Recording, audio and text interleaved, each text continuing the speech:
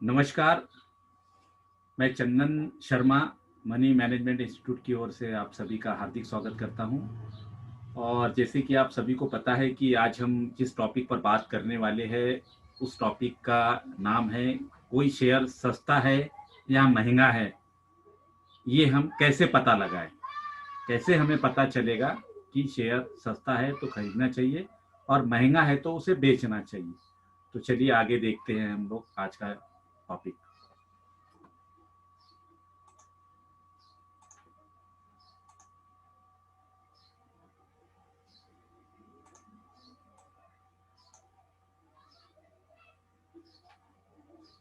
तो साथियों, शेयर खरीदने से पहले हमें पी रेशियो जरूर देख लेना चाहिए।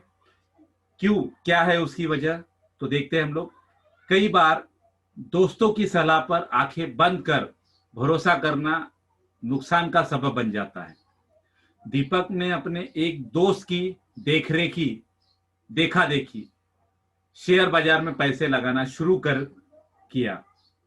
शुरुआती कुछ निवेश से फायदा हुआ, लेकिन एक शेयर से मिले बड़े नुकसान ने उनकी आंखें खोल दी।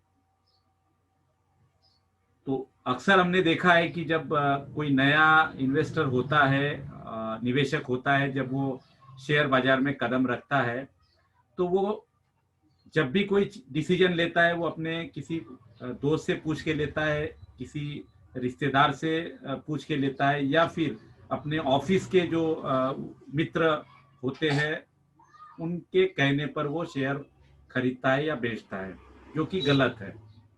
वैसा ही एक उदाहरण मैं आपके आगे पेश कर रहा हूं, जिसमें एक दीपक नाम के व्यक्ति ने ये किसी और के कहने से शेयर खरीदा था और उसको फायदा भी होता शुरू में, लेकिन एक बड़े नुकसान ने उसकी आंखें खोल दी। तो नेक्स्ट हम देखते हैं, दीपक अब शेयर में निवेश का हर फैसला सोच समझ कर लेते हैं। आप भी शेयरों में निवेश करते हैं तो किसी की सलाह पर निवेश करने के बजाय खुद कंपनी की सेहत और संभावनाओं की जांच कर ले। P ratio, book value, EPS आदि के शेयर की क्वालिटी का पता चलता है। अब ये जो तीन पैरामीटर जो मैंने अभी अभी आपको बताए हैं कि P ratio, book value, EPS, ये तीनों चीजें आपको क्या बताएगी? उस शेयर की क्वालिटी को बताएगा।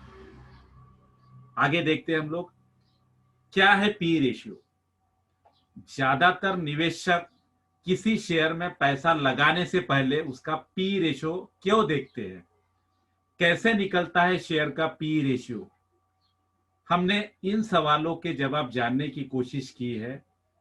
इससे आपको निवेश के लिए सही शेयर का चुनाव करने में मदद मिलेगी। आगे देखते हैं हम लोग।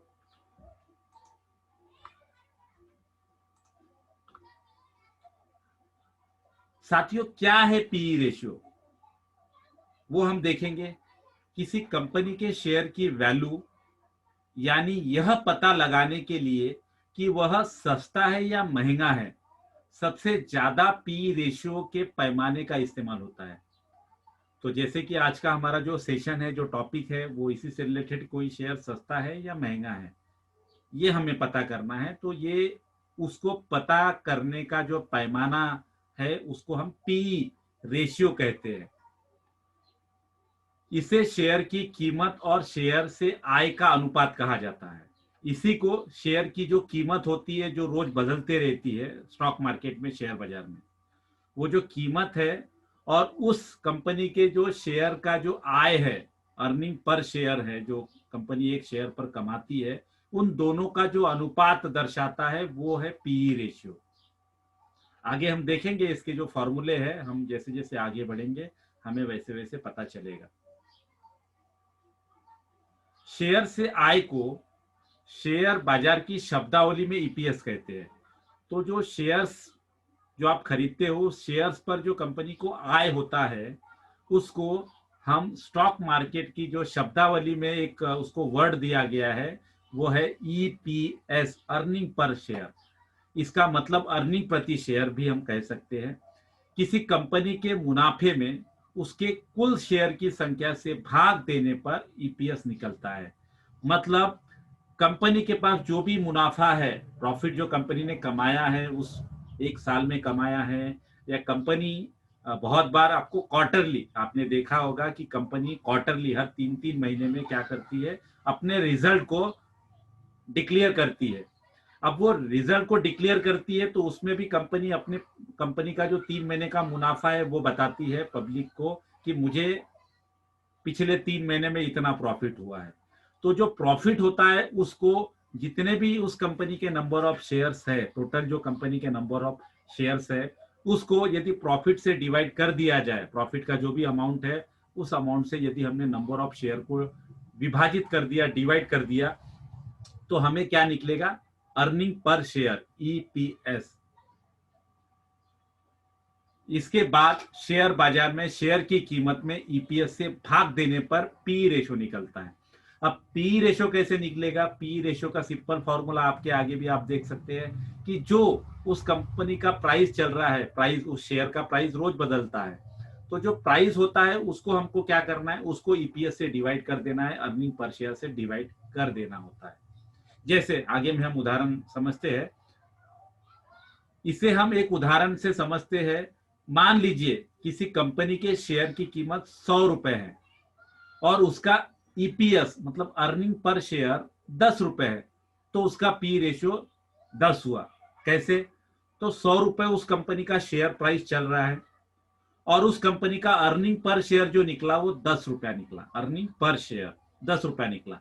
तो जो 100 रुपए पर शेयर चल रहा है उसको डिवाइड कर देना है, जो ईपीएस अर्निंग पर शेयर जो है उससे डिवाइड कर देना है, तो हमें मिलेगा पी रेशियो जो 10 निकला हुआ है ये उदाहरण में। नीचे इसका फॉर्मूला मैंने आपके आगे दिखाया है, बताया है। P ratio is equal to price per share divided by earnings per share. तो प्राइस पर शेयर मतलब एक शेयर की प्राइस, और आप भी आपके जो ट्रेडिंग अकाउंट में जो प्राइस देखते हैं कंपनी का वो पर शेयर का होता है, एक शेयर का वो प्राइस होता है, वो आपको लिखना है और डिवाइड कर देना है ईपीएस अर्निंग पर शेयर से, तो हमारा पी रेशो निकल जाएगा। नेक्स्ट हम आगे देखते हैं, निवेशक के लिए पी रेशियो का क्या महत्व है। तो निवेशक के लिए शेयर चुनते वक्त ज्यादातर निवेशक शेयर के पी रेशियो पर गौर करते हैं। इससे उन्हें यह पता लगता है कि जिस शेयर में वे निवेश करने जा रहे हैं वह कितना सस्ता है या महंगा है। मतलब पी रेशियो को देखकर आपको यह पता चलेगा कि वो कंपनी अभी खरीदने लायक है या बेचने लायक है। एक और उदाहरण हम देखते हैं। मान लीजिए अगर आपने किसी आईटी कंपनी के शेयर में निवेश करने का फैसला लिया है, तो शेयर बाजार में आईटी इंडेक्स के पी को आप देख लें। तो जैसा किसी कंपनी का पी रेशो होता है, पी रेशो आपने सिंपल फॉर्मूले के तौर पे निकाल लिया। आपने क्या किया, पी रेशो निकालने के लिए उस कंपनी का जो प्राइस चल रहा है वो डिवाइडेड बाय ईपीएस आपने निकाल लिया। अब उसका जो भी पी रेशो आया वो, और वो कंपनी जिस इंडस्ट्री में है, जिस सेक्टर में है, उसी सेक्टर का एक इंडेक्स होता है। इंडेक्स मतलब उस कंपनी का इंडेक्स होता है, उस इंडेक्स का भी पी रेशो देखना है आपको। उसका जो पी रेशो होगा वो और ये दोनों में आपको तुलना करनी है। हाँ, लेकिन तुलना करते समय उसी इंडस्ट्री का देखना है। हमको ये नहीं देखना है कि ये जो कंपनी मैंने आईटीसी ली है, इस कंपनी आईटीसी की तुलना में किससे करूंगा, एफएमसीजी के इंडेक्स से नहीं। आईटी कंपनी का जो पी रेशो है उसकी तुलना मुझे आईटी कंपनी के इंडेक्स, जो इंडेक्स होता है उससे तुलना करना है।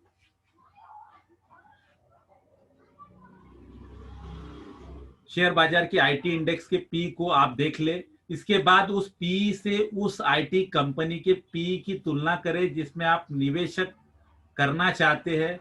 इससे आपको पता चल जाएगा कि जिस कंपनी में आप निवेश करने जा रहे हैं उसका शेयर महंगा है या सस्ता है। दोनों की तुलना कीजिए, हम आगे देखेंगे इसके बारे में। नेक्स्ट, आप एक ही सेक्टर की कई कंपनियों के पी रेशियो को भी तुलना कर सकते हैं।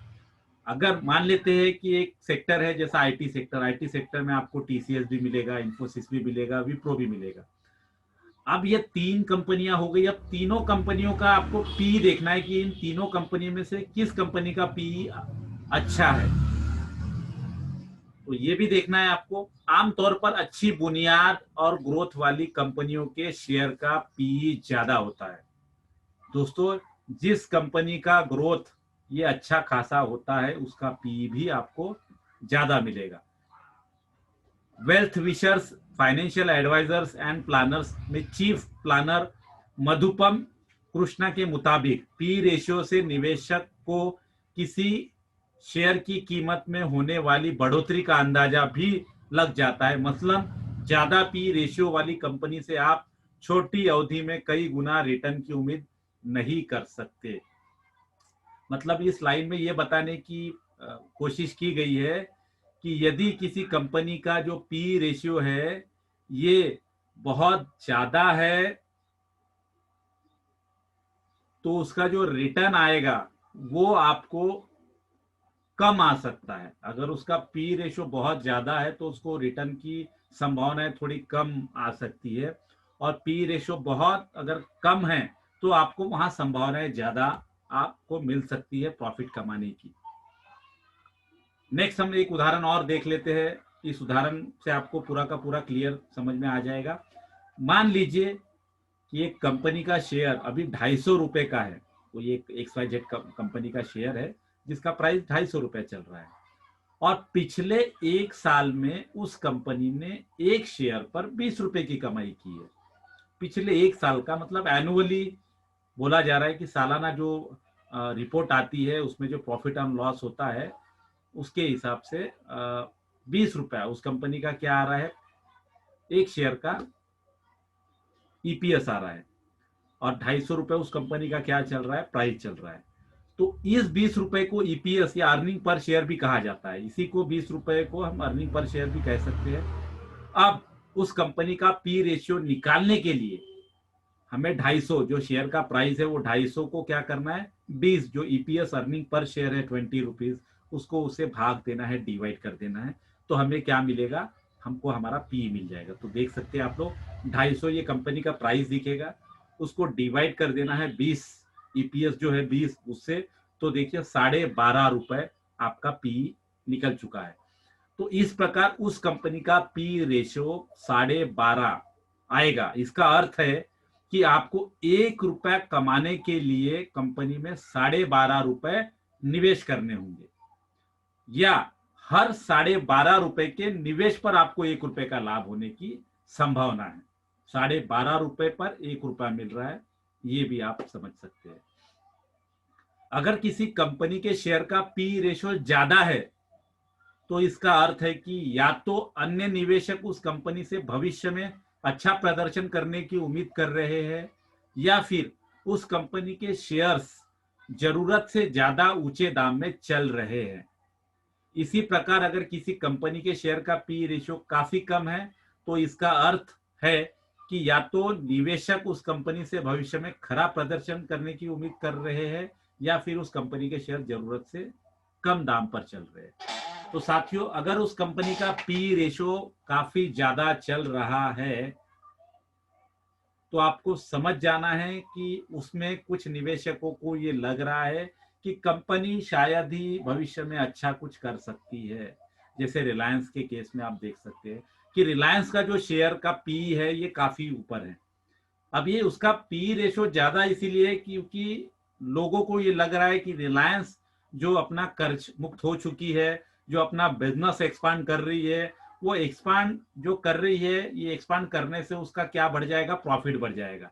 तो प्रॉफिट बढ़ जाएगा इस उम्मीद से इन्होंने क्या किया है, इसका पी आज के डेट में काफी ऊपर चल रहा है। तो पी ऊपर चल रहा है, एक तो ये है कि कंपनी में भविष्य में अच्छी ग्रोथ हो सकती है, ये इन्वेस्टर को लग रहा है, या फिर कंपनी का जो भाव है ये सही में जो रेट है बहुत महंगा है, वो देखना है। इसके विपरीत यदि उसका पी रेशियो कम है तो इसका अनुमान ये लगा सकते हैं कि वो कंपनी भविष्य में जो करने वाली है वो बहुत अच्छा प्रदर्शन नहीं करेगी, उसका प्रदर्शन खराब रहने का अनुमान है, या फिर उस कंपनी का जो शेयर का दाम चल रहा है वो काफी कम है। नेक्स्ट हम आगे देखते हैं। बदलता रहता है पी रेशियो। अब साथियों, पी रेशियो जो होता है ये हमेशा बदलते रहेगा। कैसे बदलते रहेगा क्योंकि जो स्टॉक का प्राइस होता है आपने देखा होगा डेली चेंज होता है, तो जब उसका प्राइस चेंज होगा तो पी रेशियो भी चेंज होगा, क्योंकि पी रेशियो कैसे निकलता है, तो शेयर का price divided by EPS. EPS तो सेम रहेगा 3 महीने तक। अब मान लेते हैं कि किसी कंपनी ने लास्ट क्वार्टर में कोई रिजल्ट डिक्लेयर किया है, उसका पी रेशियो सेम रहेगा 3 महीने तक, उसका प्राइस वेरिएबल रहेगा। प्राइस से हम पी ईपीएस को अगर डिवाइड कर देते हैं, अर्निंग पर शेयर को अगर डिवाइड कर देते हैं तो हमारा पी रेशियो निकलता है। तो पी रेशियो ही हमेशा बदलता हुआ रहेगा। आगे देखते हैं हम, किसी कंपनी का पी रेशियो निश्चित संख्या नहीं होता, यह हमेशा बदलता रहता है। मान लीजिए किसी कंपनी का पी रेशियो आज 20 है, इसका मतलब यह नहीं है कि यह हमेशा 20 ही रहेगा। कंपनी के प्रदर्शन और शेयर बाजार में उसके शेयर की कीमत के अनुसार यह रेशियो घटता रहता है, ये हमेशा बदलते हुए मिलेगा आपको। कंपनी के अच्छा मुनाफा कमाने पर उसके शेयरों की मांग बढ़ती है, इससे उसका पी रेशियो बढ़ जाता है। इसी तरह अगर किसी कंपनी को नुकसान हुआ है तो इसके पी रेशियो में गिरावट आ सकती है। तो कंपनी यदि बहुत अच्छा कमा रही है तो देखिए कंपनी कमाएगी तो उसका जो ईपीएस होगा ये डेफिनेटली ज्यादा निकलेगा, और ईपीएस अगर ज्यादा निकल रहा है तो उसका पी रेशियो भी क्या हो जाएगा, दिन पर दिन आपको बढ़ता हुआ दिखेगा। मतलब कंपनी का अगर ग्रोथ हो रहा है तो उसका पी रेशियो भी आपको बढ़ता हुआ दिखेगा, और यदि कंपनी को नुकसान हो रहा है तो आपको उसका पी रेशियो भी क्या दिखेगा, घटता हुआ दिखेगा। नेक्स्ट, अब दूसरा जो हम टॉपिक देखने वाले हैं ईपीएस, अर्निंग पर शेयर। अब तक हमने पी रेशियो देखा, पी रेशियो के लिए सिंपल फॉर्मूला हमको कैलकुलेट करना पड़ा, एक प्राइस डिवाइडेड बाय ईपीएस। तो हमने देख लिया प्राइस वेरिएबल है, ईपीएस जो है वो हम आगे देखेंगे। अब तो ईपीएस का मतलब होता है किसी भी कंपनी के पास लाखों से लेकर करोड़ों शेयर होते हैं, और कंपनी अपने एक शेयर के ऊपर कितना लाभ कमाती है, इसे ईपीएस कहते हैं। मतलब कंपनी वो एक शेयर पर कितना लाभ कमा रही है, ये अगर आपको पता करना है तो ये ईपीएस से पता कर सकते हैं।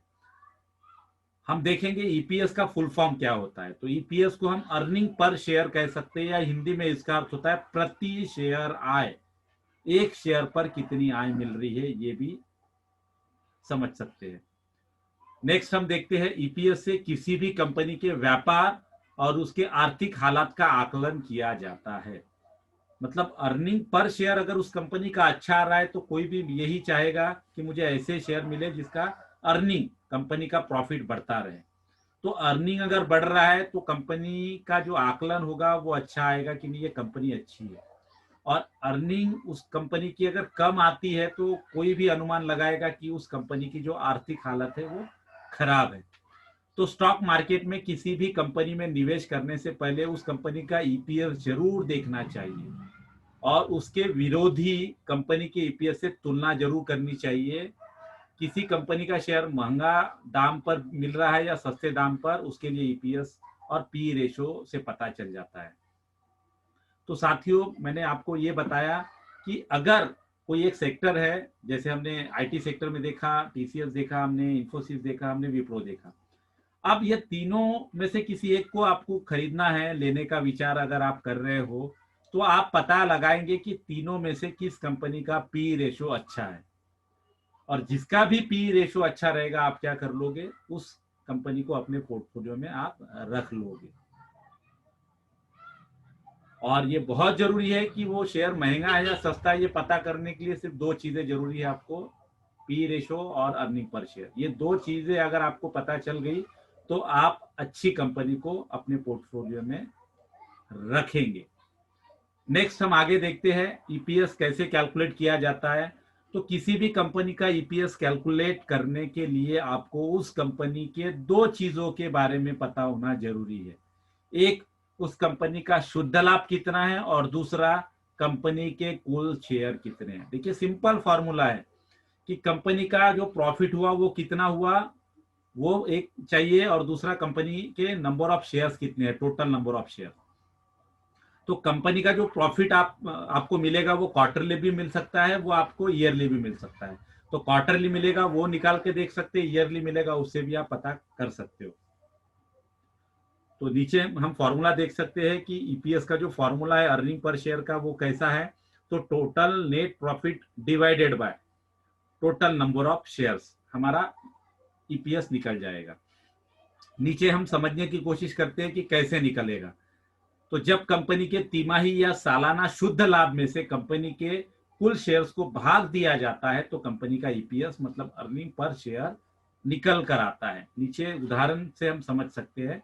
मान लीजिए एक कंपनी है जिसके मार्केट में कुल 1,00,000 शेयर्स है, नंबर ऑफ शेयर जो है वो 1,00,000 है, और उस कंपनी ने साल के अंत में मतलब एक पूरे वर्ष में, वित्त वर्ष में 50 लाख रुपए कमाए, तो उस कंपनी का ईपीएस होगा जो उन्होंने कमाया। नेट प्रॉफिट कितना है इस उदाहरण में, नेट प्रॉफिट कंपनी ने 50 लाख रुपए एक वित्त वर्ष में कमाया है, उसको नंबर ऑफ शेयर से डिवाइड कर दीजिए, भाग दीजिए। तो नंबर ऑफ शेयर्स कितने थे उस कंपनी के, 1,00,000, तो 50 लाख से 1,00,000 को भाग दिया तो 50 रुपए आपको आपका ईपीएस यहां मिलेगा।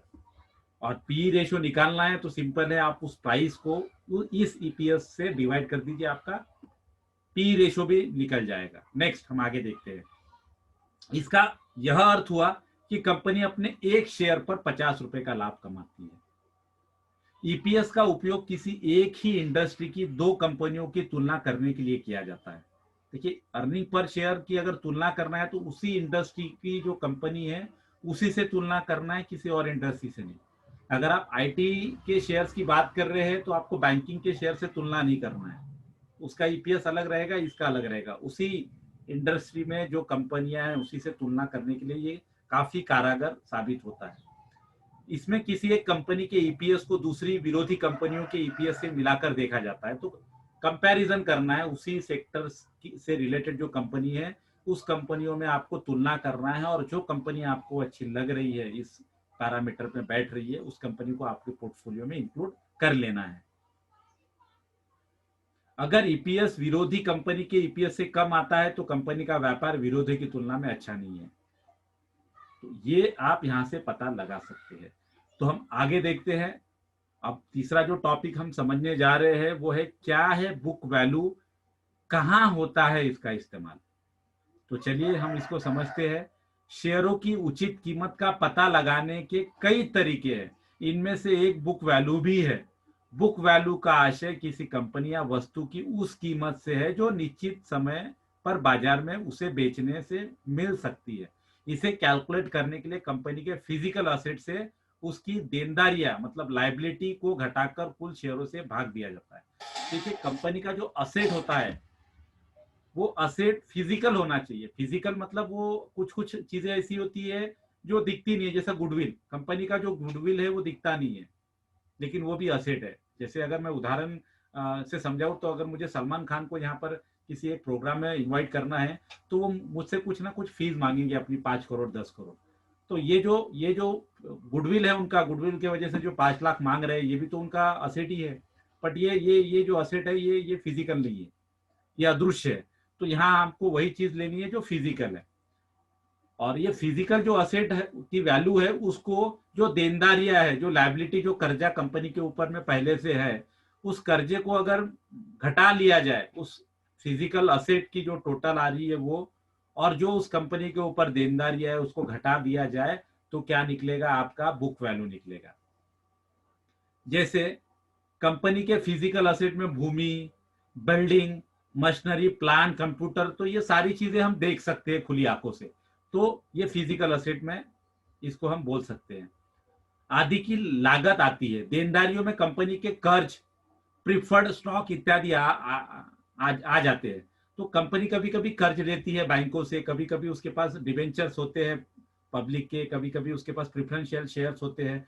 तो ये जो लाइबिलिटी है इनको अगर माइनस कर देंगे तो हमें क्या निकलेगा दोस्तों, हमारा बुक वैल्यू निकलेगा। अब बुक वैल्यू का फॉर्मूला आप देखिए नीचे में, book value is equal to physical asset minus liability divide by company के कुल शेयर। तो यदि आपको बुक वैल्यू निकालना है तो पहले फिजिकल असेट का आपको टोटल चाहिए, फिजिकल असेट कितनी है, उसमें से जो लाइबिलिटी है वो आप माइनस कर दीजिए। तो फिजिकल असेट में से लाइबिलिटी माइनस कर दिया आपने, तो जो अमाउंट बचा उसको डिवाइड कर देना है कंपनी के कुल नंबर ऑफ शेयर से, तो आपका निकल जाएगा बुक वैल्यू। अब और आगे बढ़ते हैं, देखते हैं हम लोग आगे। मान लेते हैं कि एक कंपनी के 20 करोड़ रुपए के असेट है, एक उदाहरण है, 20 करोड़ रुपए का मान लेते हैं इस कंपनी का फिजिकल असेट की वैल्यू है। इसमें बिल्डिंग, मशीनरी, कंप्यूटर इत्यादि की लागत शामिल है। इस कंपनी को शुरू करने में मान लीजिए प्रमोटर ने 15 करोड़ रुपए डाले, 15 करोड़ रुपए प्रमोटर के थे और वही 5 करोड़ रुपए का कर्ज लिया गया, मतलब 5 करोड़ रुपए का कर्जा लिया गया और 15 करोड़ रुपए प्रमोटर के है। तो इस प्रकार 20 करोड़ रुपए का कंपनी का क्या हो गया, असेट हो गया।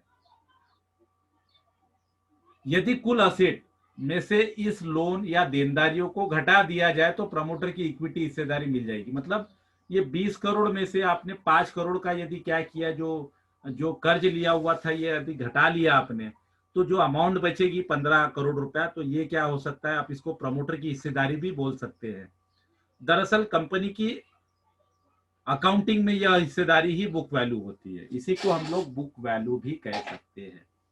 नेक्स्ट हम देखते हैं, बुक वैल्यू से पता चलता है कि अगर कंपनी की सभी देनदारियों को खत्म करने के बाद उसके सभी असेट बेच दिए जाए तो किसी समय में उसकी क्या कीमत होगी। मतलब कंपनी का जो असेट है उसको अगर बेच दे तो देनदारियां जिनकी है, जिनसे कर्ज लिया है, उनको यदि हम पैसा दे देते हैं तो हमारे पास कितना बचेगा। तो ये बहुत जरूरी चीज है। आगे देखते हैं हम लोग। आप खुद ही देख सकते हैं कि बुक वैल्यू का कंपनी की कुल हैसियत या नेटवर्थ से कितना करीबी संबंध है। यही वजह है कि यह निवेशकों के लिए कंपनी की सही वैल्यू का पता लगाने का आसान तरीका है। बहुत आसान तरीका है कंपनी की वैल्यू को पहचानने के लिए। इसकी मदद से निवेशक जान सकते हैं कि किसी कंपनी के शेयर कितने अधिक या कितने कम भाव पर कारोबार कर रहे हैं। तो ये 3 चीजें हमने जो समझी है, सीखी है, बहुत काम की चीज है। ये आपके पोर्टफोलियो में अच्छे अच्छे जो शेयर्स है उसको चुनने के लिए कारगर साबित होंगे। तो हम आगे में और देखते हैं। आगे में हम देखेंगे, ये हमने देखा स्टॉक के बारे में। इसमें यदि आपको ये पता करना है कि मैं ये जो ईपीएस निकला, ये पी रेशो कहाँ से पता चलेगा, तो मैं आपको लेकर चलता हूँ गूगल में। अब हम लोग जाएंगे गूगल में, सीधा हम लोग जाके देखेंगे कि कैसे पता लगेगा हमें।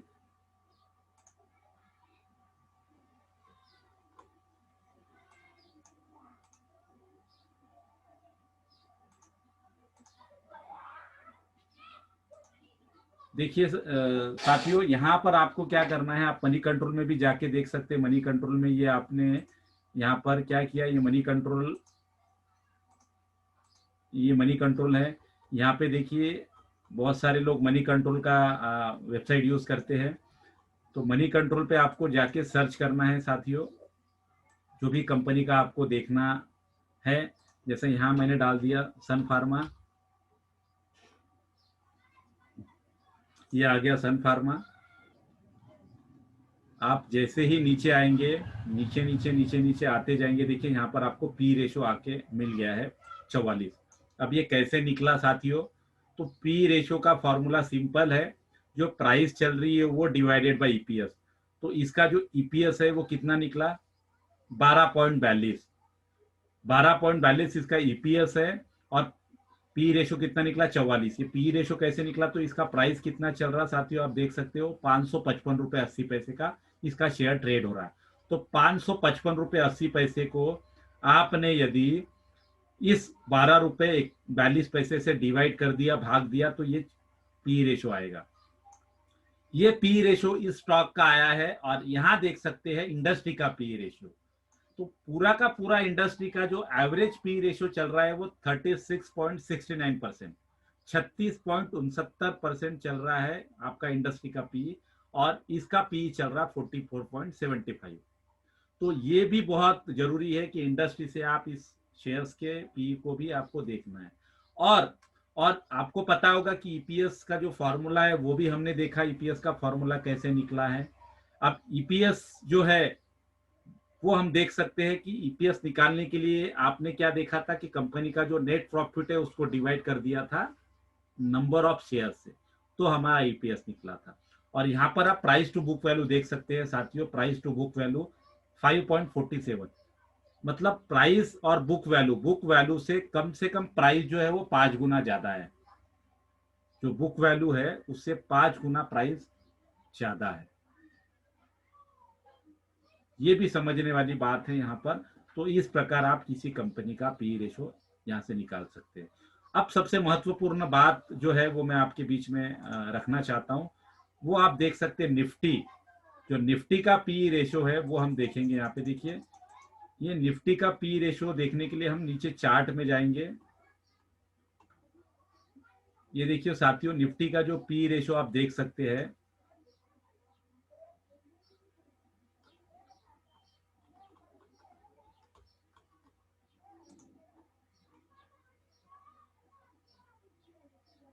ये देखिए निफ्टी का जो ये चार्ट आपको दिख रहा है, निफ्टी का पी रेशो का जो चार्ट है, देखिए इसका जो एवरेज है, आप पूरा का पूरा इस चार्ट को अगर देखते हैं तो एवरेज निफ्टी का पी 20 का आया है। लेकिन आज वो पी रेशो, जो निफ्टी का पी रेशो है वो कितना चल रहा है साथियों, 32.92। मतलब एवरेज 20 होना चाहिए और आज 32.92 चल रहा है। मतलब निफ्टी महंगा चल रहा है आज के डेट में, वो थोड़ा महंगा हो चुका है क्योंकि अर्निंग कम है, रेट बढ़ रहा है, तभी पी रेशो बढ़ेगा। तो ये बहुत महत्वपूर्ण है कि इस लेवल पे आज तक का इतिहास है कि इस 33 के पी आज तक का कभी हुआ नहीं। ये देखने के लिए आप इसी वेबसाइट में थोड़ा सा ऊपर हम देखेंगे तो ये 1999 से लेकर तो 2020 का पूरा चार्ट आप देख सकते हैं। इसमें आज तक हमारा जो पी है वो 30 के ऊपर हमको नजर नहीं आएगा। आप कितना भी देख लीजिए, 30 के ऊपर आपको पी कहीं नजर नहीं आएगा। हाईएस्ट आप 28-27 देख सकते हो इस पूरे 20 सालों में।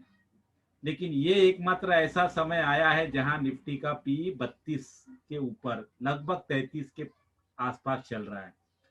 तो ये बहुत बड़ा क्वेश्चन मार्क क्रिएट करता है कि अभी निफ्टी में एंट्री करनी चाहिए, बाजार में अभी खरीदना चाहिए या थोड़ा सा रुकना चाहिए, बाजार महंगा है या बाजार सस्ता है। पी रेशो अगर महंगा है तो समझ जाइए कि वो इंडिकेट कर रहा है कि वो शेयर अभी फिलहाल महंगा चल रहा है। और हमने इसको देखा कि इसका जो पूरा का पूरा इतिहास है ये 20 का एवरेज बता रहा है, और आज अगर 32 चल रहा है, 33 चल रहा है, तो थोड़ा सा रुक जाइए, इंतजार कीजिए थोड़ा सा पी रेशो नीचे आने का। तो ये चार्ट से हम ये देख सकते हैं। और ये पिछले 1 जनवरी 2020 से 1 जनवरी 2020 का जो ग्राफ है निफ्टी के पी का, वो मैं आपके बीच में दिखाने जा रहा हूं।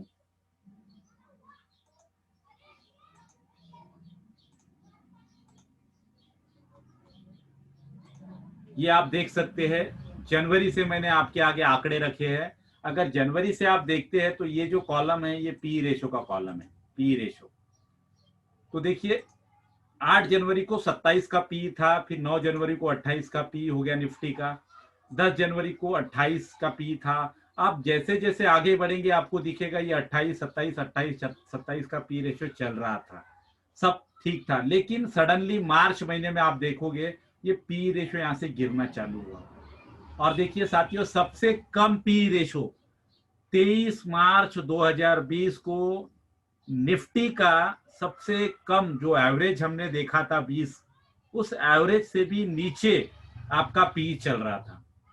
और इस पी में जिन जिन लोगों ने एंट्री की है उन लोगों का जो रिटर्न अगर आप देखेंगे तो 40%, 50% से ज्यादा आया है इन 5 महीनों में। क्यों? क्योंकि उन्होंने ये देख लिया था, समझ लिया था कि इसका पी रेशो काफी कम चल रहा है। और जैसे जैसे आप देखेंगे इसका पी यहाँ से बढ़ता गया, बढ़ता गया, बढ़ता गया। और आज यदि आप 28 अगस्त का देखते हैं, 28 अगस्त को जो हमारा निफ्टी बंद हुआ, क्लोज हुआ, उसका पी 32.92। तो इसी से अनुमान लगाइए कि जो ये बाजार में निफ्टी चल रहा है ये सस्ता है कि महंगा है, और इस लेवल पे मुझे क्या करना चाहिए। ये सारी चीजें आपको देख के पता करने के बाद ही आप क्या कीजिए, शेयर में एंट्री कीजिए। तो ये था पी रेशो, ईपीएस रेशो या प्राइस टू बुक वैल्यू। और बहुत जल्द हम लोग मिलेंगे एक नए विषय के साथ में।